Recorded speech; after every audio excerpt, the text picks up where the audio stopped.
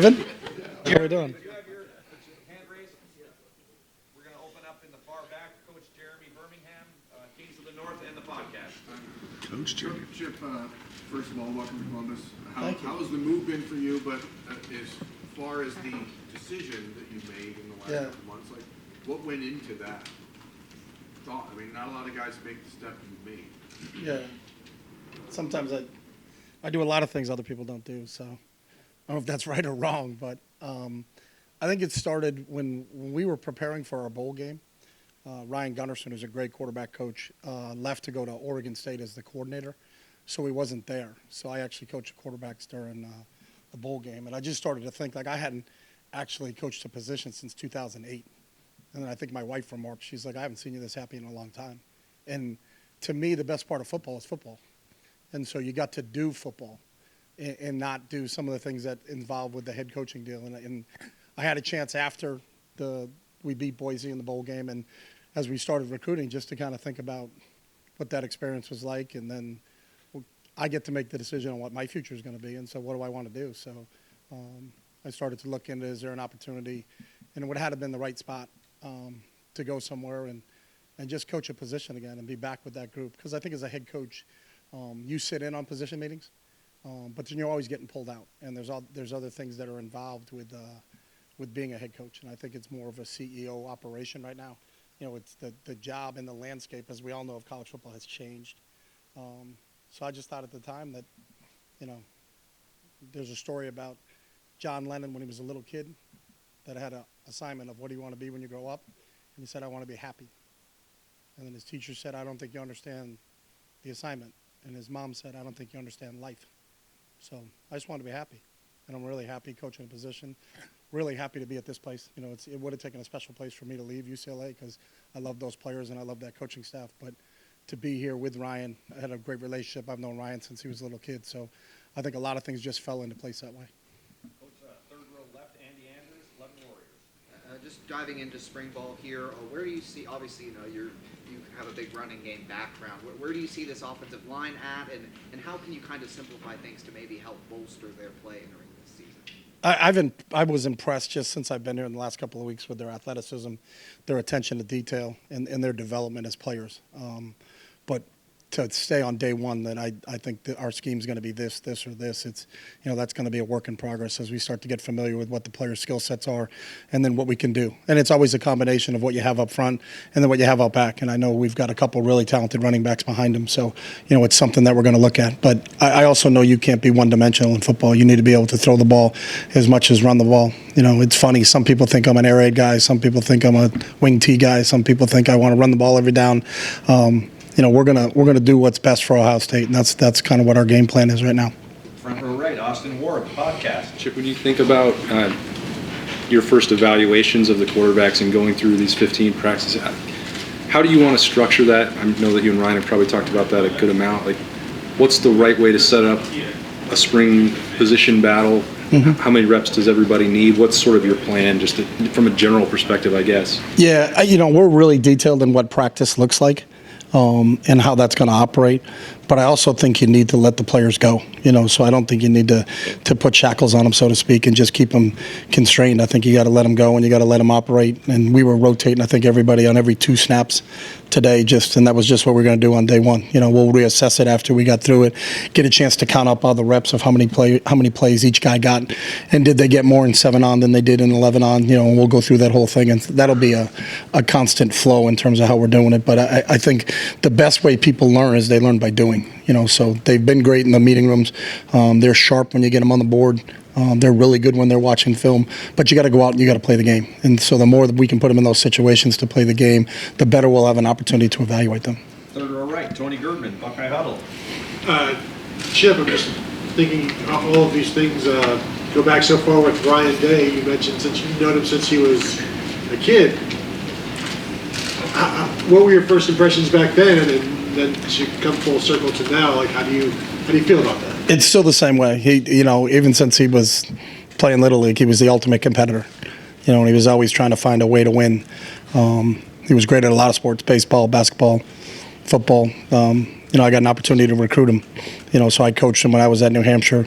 I recruited him out of high school, and we grew up really close to each other. So same elementary school, same high school, same junior high, same college. So I've known him for a really long time. But that competitive fire burns deep with him, and that's the one thing that I've always admired with him. And he's got an amazing athletic brain in terms of how to process things and how to put people in position to make plays. He's always been that prototypical coach on the field, no matter what sport he was playing. So I knew he was destined to be a coach, and I was fortunate in my career as a head coach to have him on my staff at a couple places. So I got a chance to see him work firsthand. I got to see him work firsthand as a player and then as a coach. So the success he had is not surprising to me. What kind of pride is there for you seeing Ryan and the success he's had? Yeah, I think we all do that. I think we come from a unique place in a really small hometown in New Hampshire where we all take a lot of pride of where we're from. And when anybody's successful coming out of there, then you kind of take a little pride that it's the upbringing that we all had, in the youth sports program that we grew up in every aspect, whether it was football, baseball, basketball. Those coaches had an amazing impact on us, and that's why we are where we are right now. Front row, Bill Rabinowitz, Columbus Dispatch. Chip. Hi, Bill. Ryan said he doesn't think of it as you working under him, it's working with him. The fact is, he's the head coach, you are the offensive coordinator. He makes me call him sir, though. He just said, "Can you do that day one?" And I was like, "All right, Ryan." No. No, but, he ultimately is the decision maker. You've been a head coach. How do you think that's going to work? Do you think there'll be any, as close as you are, any kind of, I don't know if awkward moments is the right term, but when he's the ultimate decider and you are working for him? Yeah, I certainly understand my role. I'm not Al Haig. I'm not in charge here. Yeah, some people get that reference. Other people don't get that reference. But I certainly understand it. And I actually kind of relish it because I really love the scheming part. I love the individual part. I love being in the meeting room with the quarterbacks and trying to game plan. But everything we do here is collaborative. The one thing that really struck me when I walked in this place is there's an amazing coaching staff here. And if you get a chance to talk to Larry Johnson just about football, or Tim Walton, or Jim Knowles, or Brian Hartline, or any of these guys that are on the staff here, it's a very collaborative effort. I think everybody's on the same page. It's not our offense and their defense and all those other ways. It's Ohio State, and it's Ohio State versus the 12 opponents that we're going to play during the regular season and then beyond. So it's really collaborative, and that's the thing I like just in the short time that I've been here is how collaborative everybody's been. We're all trying to make each other better, and we're all trying to develop this team. You touched on this when you said, you like to do what you want to do, and not. My sense is you, in your perfect world, you'd like to scribble plays on a napkin and not deal with boosters, not deal with all the stuff that head coaches have to deal with now. How much of a factor was that in this decision? You can just do football. No, that's not it. I enjoy. We've had some amazing. I've had an opportunity everywhere I've been to meet some amazing people that are associated with the program, and there's people that from my time at New Hampshire or my time at Oregon. I was just with Phil Knight 2 weeks ago. And got an opportunity to spend some time with him and his wife Penny, who are dear friends of mine that have been great mentors to me in my career. And there's a bunch of people at UCLA, Terry Donahue and Andrea Donahue were awesome to me. Angelo Mazzoni is a great friend. Casey Wasserman, Troy Aikman. There was a bunch of people at UCLA that I really enjoyed. Being around and talking with. So I think sometimes everybody wants to make a narrative of it's either this or that. It's never that. It's never just all ball. It's never just all recruiting. It's never just all boosters. It's a mixture of everything. But I think the one thing that as this position as a head coach kept moving on is that if you look at a lot of them, they all become more CEOs. I can't tell you how many coaches that have called me since I made this decision that said, "I'm 2 years behind you, brother," that are thinking the same exact way. And I think it's all part of what we have to do. I think we all need to protect this game and promote this game. And I think there are some rules that we need to get straightened out so that people understand what it's about. Because the game is still about the players. And I hope that never gets discounted. It's always been about the players. And I think if we can keep that at the forefront, the people that are making decisions on this, and I think Gene Smith is one of the best influences in the NCAA, is to make sure we keep that the main thing. The main thing needs to be the student athletes. Right behind him, Nathan Baird, Cleveland.com. You're coming in at a time where you've been through some places where the expectations are high, I understand. But you're also coming into a juncture where, the 3 losses to Michigan, the not making the playoff last year, the urgency is pretty high here. I guess just sort of what perspective do you have on kind of the stakes that there are for Ryan this year, and the decision that then he makes to bring you in to kind of help solve that. Yeah, I think the expectations can be no higher than they are in your own brain. And I think if you try to worry about what other people are thinking in their brains, you're going to get screwed up a little bit. So, I talked earlier, the one thing about Ryan that I know about him and has always been, he's the ultimate competitor. So there's nowhere that has higher expectations of Ohio State than Ryan does, nor the rest of us that joined him and are part of this and that are working with him. So, I think sometimes you can spend too much time thinking about those things. What you really have to do is just there's a big sign as you walk into this place that says win the moment. I think that's a real thing that we have to do as coaches, is to make sure that our players aren't worried about what's going on in the future or aren't worried about what's going on in the past, or worried about can they get a little bit better today. And can we make improvement? And I think the one thing that I've seen here, and I've only been here for 3 weeks, but there's a consistency to the players' approach when they walk in this building every day, which is, it's unique. It's not like that everywhere else. And it's one of the things that I remarked to Mick when he said, hey, what do you think? And I was like, it's impressive. It's impressive, the culture of the players that are in this program right now.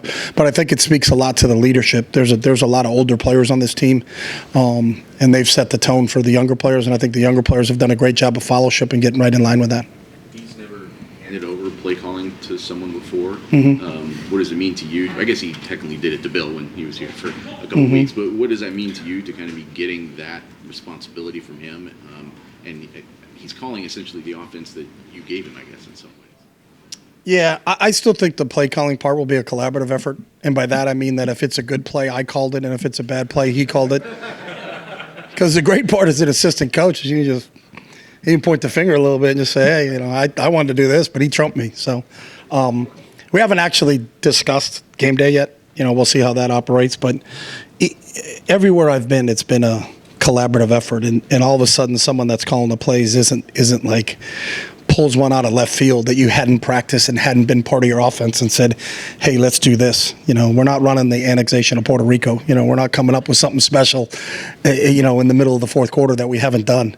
But I think it's the key to really being successful on offense is how you game plan, how you put it all together, and then how you practice and train for that, so that you get a chance to execute it. Because the player's confidence comes from their demonstrated ability, that they've done this so many times in practice that when they get out on the field, that this is like that to them. It's not that they do it till they do it right. It's they practice it so much so that they can't do it wrong. So, I think it's that whole part of it that is really the key to being a really good game planning team. Second row right, Doug Maurice, Kings of the North. Chip, when you had that feeling when you were coaching the quarterbacks during bowl preparation, did you consider at that point maybe resigning as the head coach and thinking like this is not where I am anymore, I'll leave and then I'll look to see what else is out there? No, I never thought about quitting anything. So, is there an opportunity that I think I can, that fit? And I think that's it's no different than when you're talking to a recruit about them making a decision on where they're going to go to school. I think that where they should go to school is where the best fit is for them. So, I just entertained some opportunities, and I felt like this was the best fit, but I never thought about quitting or not coaching. I'm going to coach. I'm going to coach, and then I'm going to die. I mean, that's how I think. I think about things. Is I can't picture that. I know I was on the Nike trip, and they like, how much longer are you going to go? And I said, I have to go another 15, 20 years. And I don't think about retirement. I don't think about any of those things. That's just not kind of my mindset. That I love football, and as long as I can be part of this game, then I'll be part of this game. And do you have just the way things worked out with your departure from UCLA? Is there anything that you wish you had done differently, or anything you regret, or just the circumstances that presented themselves? Do you think that you handled that departure the best that you could have? Yeah, I mean, I got an opportunity to tell my players personally. I think in this day and age of the internet where they read it somewhere else and you have to text message them, that was always important to me, that I wanted to make sure I talked to my players and explained the reasons of what I was doing. I wasn't leaving to take a head coaching job somewhere else. I wasn't thinking that the grass is greener at another university. It was just in my personal situation. This is what I wanted to do. I wanted to take an opportunity to go be a position coach and coordinator, and that's how it fit. What I was happy is that I always thought Deshaun Foster, I think the world of him, and I think he's special. And the fact that they gave him the opportunity to take over there was, it worked out. I didn't have any say in that decision. I was gone, but I always thought that Deshaun would be a great head coach, and I'm really proud of him and happy that he got the opportunity to take that job. Right behind him, Rob Aller, Columbus Dispatch. Yeah, Chip, your reputation as innovator Was part of the appeal of this is that you get to get in the weeds a little bit? Maybe not mad scientist, maybe too strong of a word because you're working within the system. But was there an appeal of I get to get my hands dirty here again and innovate and get back to that side of things? It was, but it was really more important of who I get to work with, and so knowing, I know a lot of guys on the staff besides Ryan also, so, and I know what their mindset is and what their values are and how they do things, and so I wanted to be a part of that, but there's a part of that, yeah. And how much of a teacher, you get labeled an innovator, but teaching's a part of this. How much is of a teacher are you, and how patient are you? Yeah, I think we're all teachers. I mean, education is the transportation of knowledge, so it really doesn't matter what the coach knows. It matters what the players understand, so you have to be able to make sure that while you're implementing things is what resonates with them and how does that come back to them. So, a lot of our teaching styles that we've learned is more the Socratic method of there's a lot of questions, and a lot of check for understandings just to kind of find out where the players are coming from because it's what they know. That's ultimately going to win games, not what we know. That we're not playing the games. We're not stepping across those white lines. And your job as a coach is to create an environment where they have an opportunity to be successful and then get out of their way and let them go do it. So I think the teaching aspect is huge, and we continue to research, some of the latest trends in teaching to make sure that we are transporting that knowledge to our players. Second row left, Steve Hellwagon, 24/7 Sports. Yeah, Coach. Just curious, you got 5 scholarship quarterbacks with differing levels of experience Sure. and age and everything else.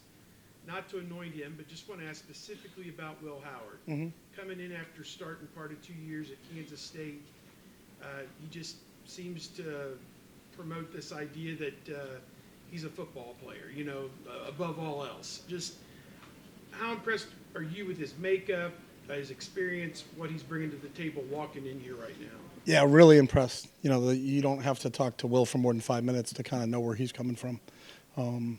He's really focused. He knows he's got a short window left in his college career and he really wants to capitalize on what that is. There's a maturity to Will. I've had my experience in this thing since the transfer portal opened in college football is some of the best players I've had an opportunity to coach were transfers. Sometimes when you're a true freshman and it's 5 years out, it's like, hey, I got a ton of time. And sometimes when you're a transfer is that I've got 9 months. So there's a sense of urgency, I think, when you're dealing with transfers. And I think Will has exuded that since he's been here. But the other thing that just in the short time that Will's been here is how quickly he's fit in with the entire team, and how much the rest of the players respect him. He was one of the Gold Award winners for his work in the weight room in this offseason. So that says a lot for him coming in here as in a short time being able to win a weight room award, to start off. You guys hope to have a number one internally, externally at the end of spring, or I guess just let it play out? How do you? I think it always, every time I've been involved in these, I think when they're organic is when it's the best. I don't think you can anoint somebody or force the issue because the players know. The players would understand. They see it every single day. And there's a team chemistry part of this thing too. So we're not going to force the issue. But I've always seen it play itself out. So I've been fortunate that there's always going to be some quarterback battles. At some point in time at every school, there's a quarterback battle. And really you got to let them play it out on the field, and that's where it has to be decided.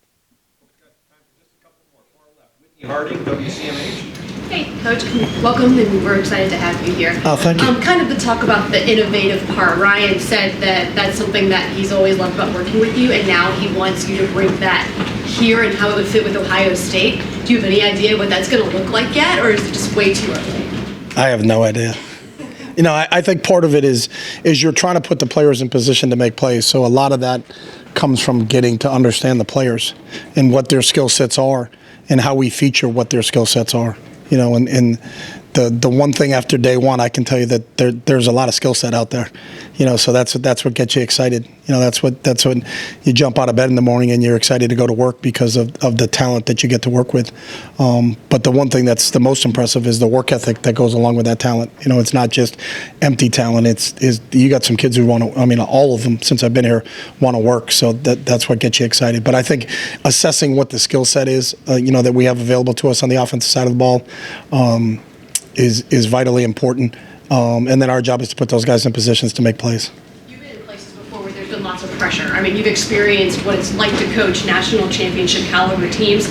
This program right now is moving into a situation where you got to win quick and now. So does that feel like pressure here for you, or is it a little bit of excitement, or both? Well, I've always subscribed to is pressure is what you feel when you don't know what you're doing. So if you don't want to feel pressure, then you should know what you're doing. So, I think it's part of that. And I think part of our job with our players in terms of the education process is getting them to understand that too, is that, it's about your preparation. It's about you and your development. It's not about that you can't be governed by what other people say. It's what's my mindset and how am I intrinsically motivated and how do I really compete against myself on a daily basis to get a little bit better. We got a little bit better today because we got out on the field today and got a chance to do some football. And then the challenge is when we get back on the field on Thursday, can we be a little bit better than we were on Tuesday? And if we're doing that, then we keep stacking good days on top of good days, and I think we'll be in a good spot.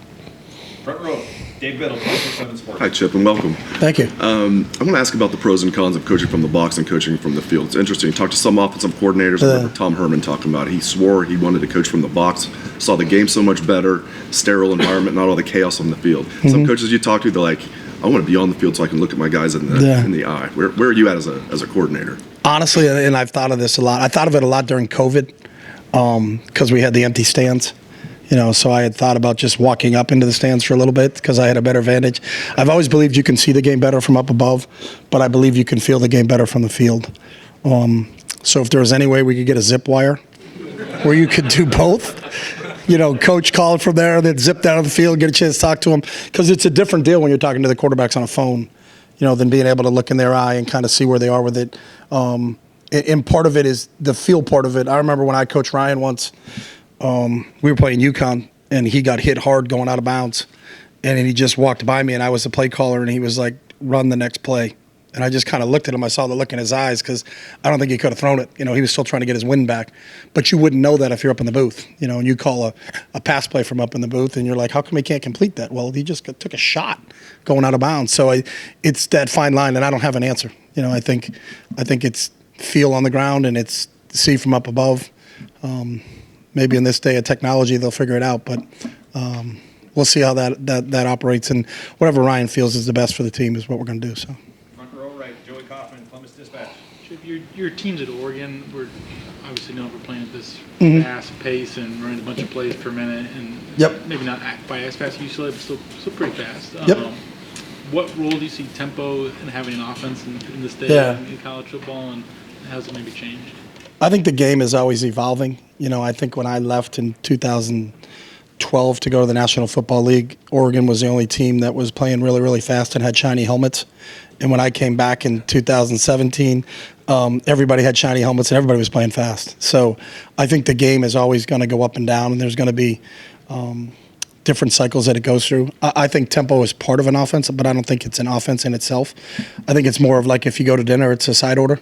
It's not the main course, but it's always good to have it. So I think there's times when you'll use it, but you're not going to use it extensively the entire game. Just like you're not going to throw the ball every single snap in a game. You're not going to run the ball every single snap in a game. There's not a game of absolutes anymore. I think the ability to be diverse and have it as a tool in your toolbox, so to speak, is really how we would look at using it here. Is that because defenses are now more familiar with it than? I think so. I think when you first started going tempo, there were people in the NCAA that wanted to outlaw it. They wanted to make an NCAA rule that you couldn't do it. And I'll give Coach Saban credit. I mean, I think obviously Nick was the first one to do it. He wanted it outlawed, and then all of a sudden he adapted it and said, "All right, we like this," So we'll keep it in. But I think people have. It doesn't matter what you do. There's cycles to this game, and then once people catch on to that cycle, then it moves. It's no different than 4-3 defenses and 3-4 defenses. What is the rage when the Giants won the Super Bowl? They were a 3-4 defense, and everybody says we have to do that. What people didn't understand is they had Carl Banks and Lawrence Taylor. It didn't matter what defense they were running. I know Jim's back there, and Jim played against them. They could have been a 4-down defense, and those guys would have been great players. But it's not the scheme. I think the coaches that do it the best way is they insert their players and put them in the best position to make plays. And now will tempo be part of it? It'll be part of it, but it's certainly not going to be the main course. And folks, I'm sorry. Last question, Tim May Show, Letterman Row. Oh, thank you very much, Jerry. Number one, there was a great moment there when y'all were warming up when you were talking with Tim Walton and Caleb Downs comes up and Yeah. Y'all are conversing, and this is kind of a two-part question, but number one, what was just your take on the talent you saw on that field today? Yeah. On both sides of the ball, where would you rank it? Um, You know where I'm going. Yeah, I'll rank it. I'll be very transparent. As I was telling Tim and Caleb what a great offensive player I thought Caleb would be, could be, and should be, but I'm not the head coach. So I always, during stretch, as an offensive coordinator, I'm always looking at the defensive players like I could use him. Oh, what could I do if I had him? What could I do if I have him? But I don't get to choose him anymore because I don't have the pick. But I was just talking to him about it. He's a great young man. And if you want to watch a highlight tape, watch his highlight tape of him on offense when he was in high school. He's an impressive dude. So. But just the talent on hand there is on this field today. But obviously y'all weren't practicing real football yet, but Yeah. pretty close. No, there's obviously this is a very talented football team. But I think Ryan made a point to the team, and I think our players really understand it's the non-talented things that are going to help this team win. It's the discipline development that we're going to have. It's the skill development that we're going to have here during spring ball that's going to be the difference maker. Because there are a lot of talented teams out there. What did Brian tell you when y'all you came up with the final deal here that you're going to come here as offensive coordinator? What did he tell you he wants out of you? Meaning, what does he expect you to bring to the table, so to speak, or what does he want better than last year? Yeah, I don't. We didn't really talk about the past, and I've never been one to talk about the past. It was just, what's the future and what would it look like, and what are the pluses of this place, and I understand, why Ohio State has been the tops in the country in recruiting because the head coach is a really good recruiter. So those conversations with the head coach from a recruiting standpoint, I can tell what a good recruiter he is, but he also has an amazing place to sell. I think this is, in the short time I've been here, the fan base is amazing. The people that work in this building are amazing. And I think the support that this football team has is amazing. So, just highlighting those couple of things to me were, it just seemed to fit for the timing in my life of where I wanted to be and what we wanted to do, and it worked out. So today was a good day. Coach, thank you very much. All right, thanks, Sherry.